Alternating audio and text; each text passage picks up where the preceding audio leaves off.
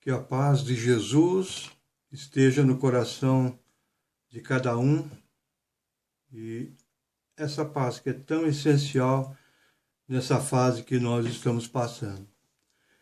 Eu estou aproveitando esse momento de distância e de saudade para novamente chegar até vocês, trazendo aspectos desse momento que nós estamos vivendo, não com verdades prontas, mas para que cada um processe essas informações conforme os seus sentimentos, a sua avaliação.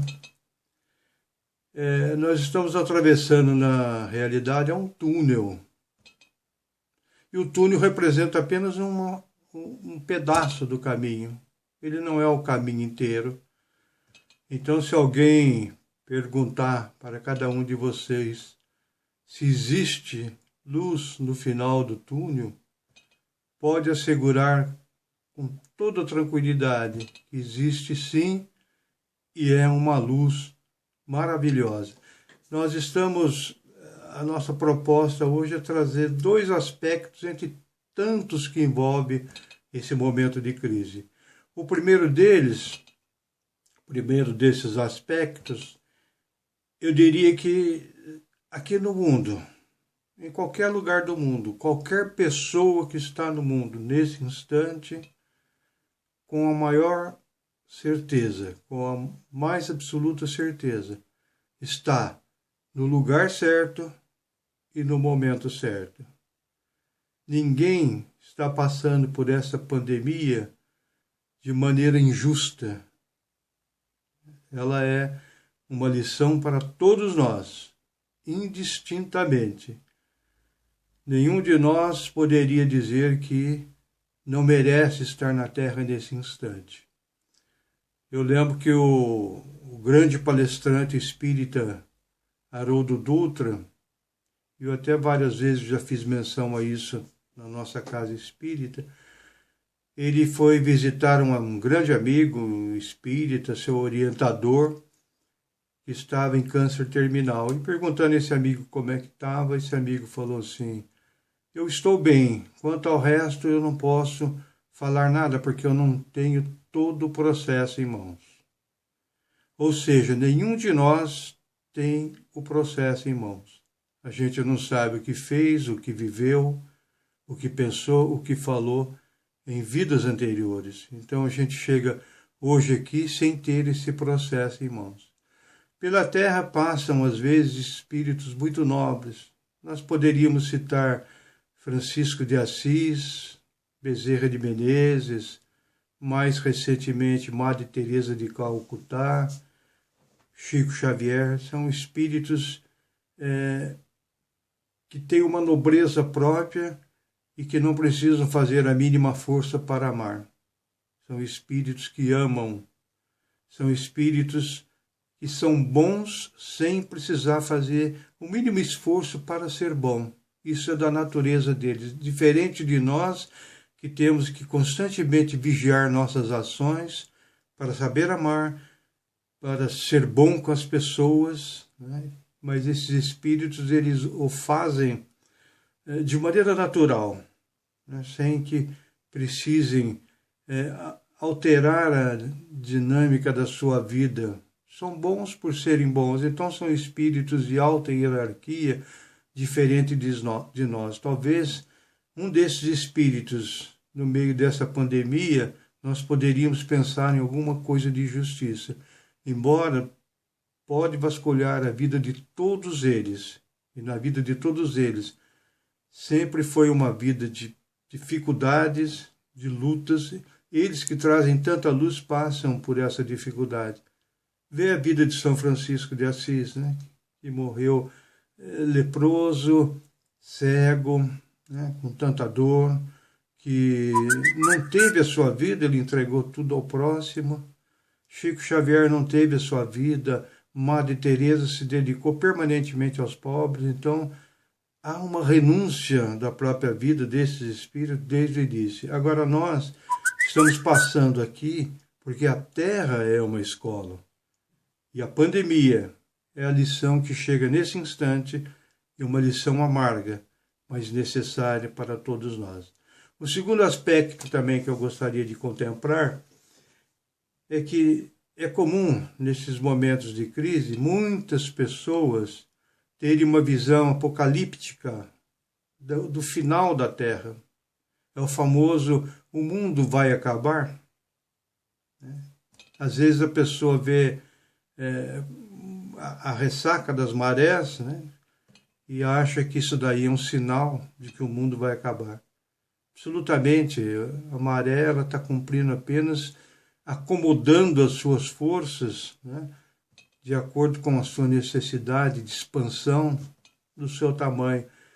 Talvez esse aumento dessa água, é um caso científico, não saberia explicar, mas talvez se deva até aos degelos das calotas polares, mas isso é uma questão muito científica, né, muito para a ciência explicar. Mas, de qualquer forma, não há agressão das marés, não há um sinal que o mundo vai acabar. Apenas a maré está fazendo aquilo que ela tem que fazer por uma questão das próprias leis da física. Eu proporia a você que pensasse alguns minutos o Deus que você ama, que nós amamos, o Deus que a gente tanto fala, seria o Deus da destruição ou é o Deus da criação? Será que seria possível a gente imaginar, por exemplo, que esse mesmo Deus que a gente ama tanto, ele deixaria um planeta tão bonito quanto a Terra, porque a Terra é linda, né? O que tem de ruim na Terra foi colocado por nós mesmos, é o nosso comportamento que é ruim. Ele deixaria essa terra ser destruída simplesmente porque o mero capricho? Ele interromperia a vida de mais de 7,5 bilhões de pessoas que está construindo uma história com vínculos, e essas histórias seriam agora simplesmente cessadas abruptamente de uma maneira assim tão insana? Deus seria dessa maneira? Então, absolutamente, esses sinais, a corona, seja o que aconteça para nós aqui, não significa e nunca irá significar o final da Terra. É evidente que tudo aquilo que é material acaba. Um dia acaba. A Terra também tem uma destinação e também vai acabar. Se você olhar o nosso corpo, por exemplo, que começou com os dois elementos, né, o elemento masculino e o elemento feminino, a partir dali, aquele ser unicelular ainda que era o zigoto, as células foram se dividindo naquele processo de mitose, né, e se diferenciando para os diversos tecidos, e o nosso corpo foi se formando até que um dia nós chegamos ao mundo e berramos, estamos nos reinos dos servos do Senhor. E a partir daí, nós fomos nos ajustando a esse corpo, veio a maturidade, nós organizamos a nossa vida dentro do melhor possível, construímos a nossa família, temos uma longa jornada pela frente, até que um dia essas células, aos poucos, elas vão se cansando. O nosso corpo vai sentindo os efeitos dessa exaustão. E ele tende à finitude. Então, tudo que é material acaba.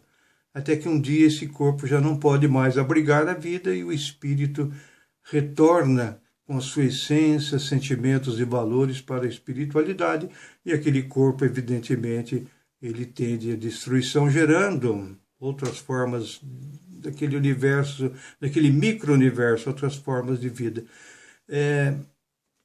A Terra é um planeta relativamente jovem. Aí vocês me diriam, jovem? Um planeta de, talvez, segundo a ciência, 4,5 bilhões de anos. É um planeta jovem. Eu convidaria você por um momento a refletir acerca do seguinte. Pense na existência de todo o universo, todas as estrelas, os sóis, antes da presença de Deus. O que seria tudo isso antes da formação, antes de Deus? Existia um momento que seria antes de Deus?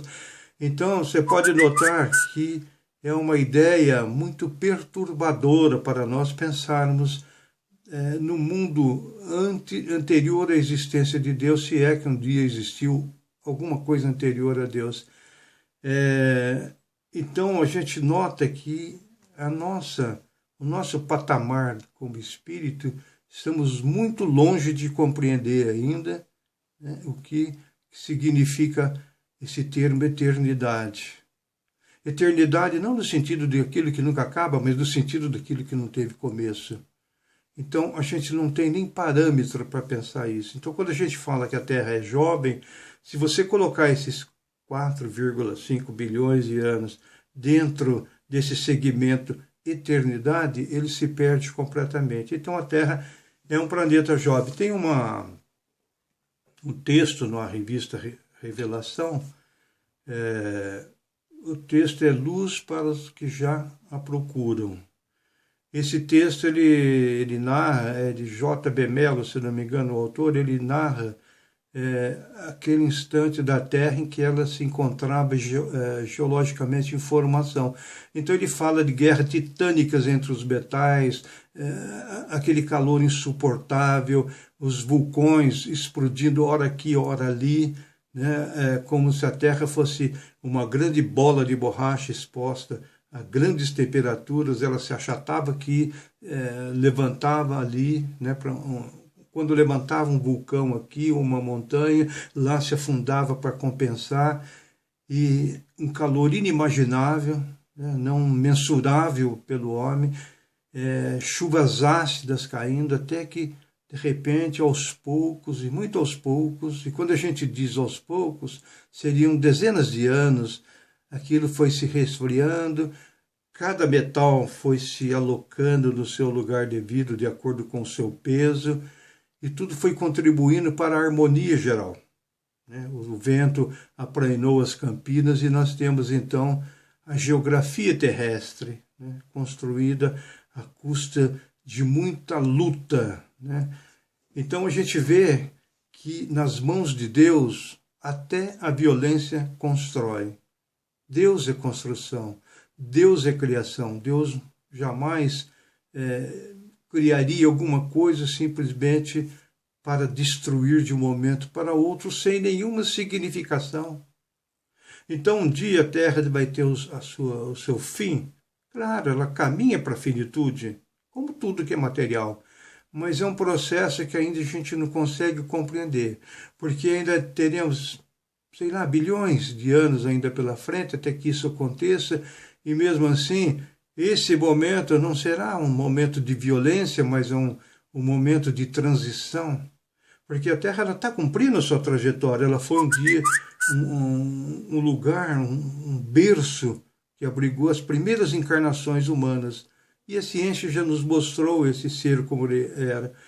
Lábios grossos, fronte achatada, corpo coberto de pelos. E olha como nós vamos evoluindo e modificando. Nós não guardamos nenhuma relação quase com aqueles seres nossos ancestrais do passado, né, tão longe.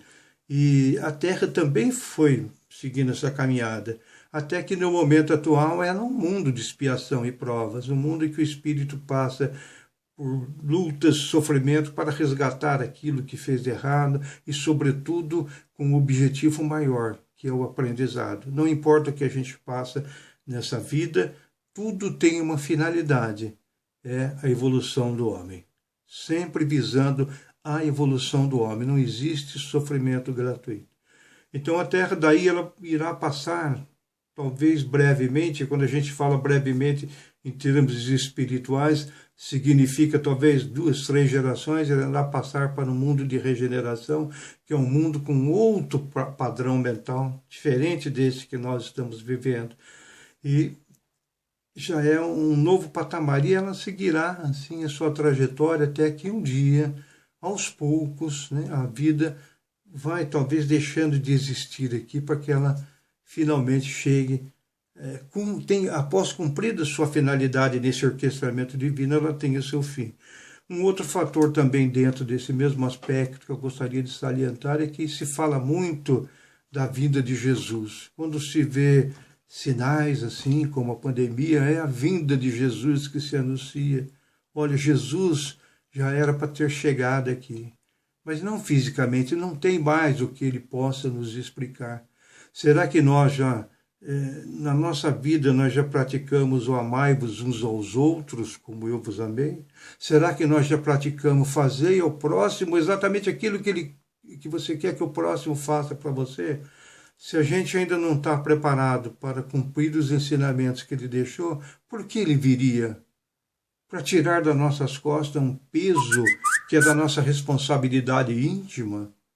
A construção, nossa construção espiritual, é por nossa conta. Jesus já deixou a receita. Amai-vos uns aos outros, não fazer o próximo o que você não quer que o próximo te faça. A receita está aí. Não há necessidade da vinda de Jesus. Então, quando a gente fala da vida de Jesus, existirá sim, mas é uma vinda, não uma vida física, material, não é isso.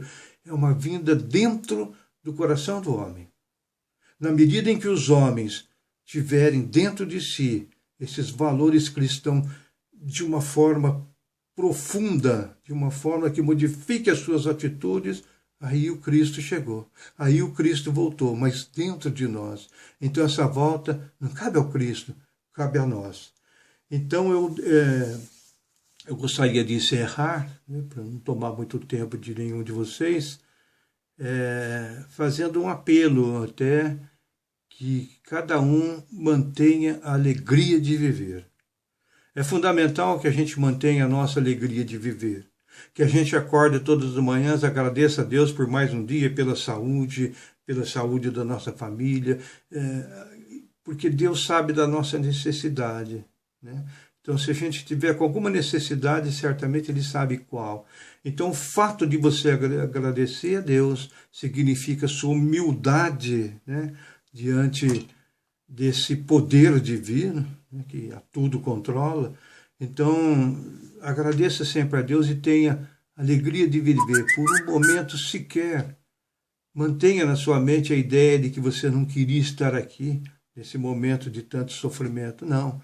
É necessário que a gente estejamos aqui. Agradeçamos a Deus por estar aqui. Não vamos ficar tristes por estar aqui, porque nós estamos participando de um momento que é importante para a Terra e para cada um de nós individualmente também. Eu lembro que eu sou muito de contar história, vocês sabem disso, existiam, né, dois presos numa cela e eles tinham uma janela com grades, né? Um deles olhava e via apenas as grades, aquela visão que não tinha distância, aquela visão que não tinha profundidade, aquela visão que só vê o sofrimento, só vê as grades. O outro, ao seu lado, olhava, não enxergava as grades, enxergava uma árvore longe numa campina, já despontando os primeiros botões de flores naquele aguardo expectante da primavera.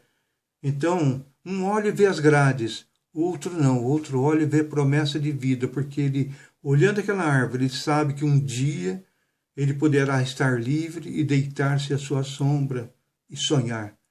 Então são duas visões completamente diferentes de duas pessoas no mesmo lugar, olhando para o mesmo ponto.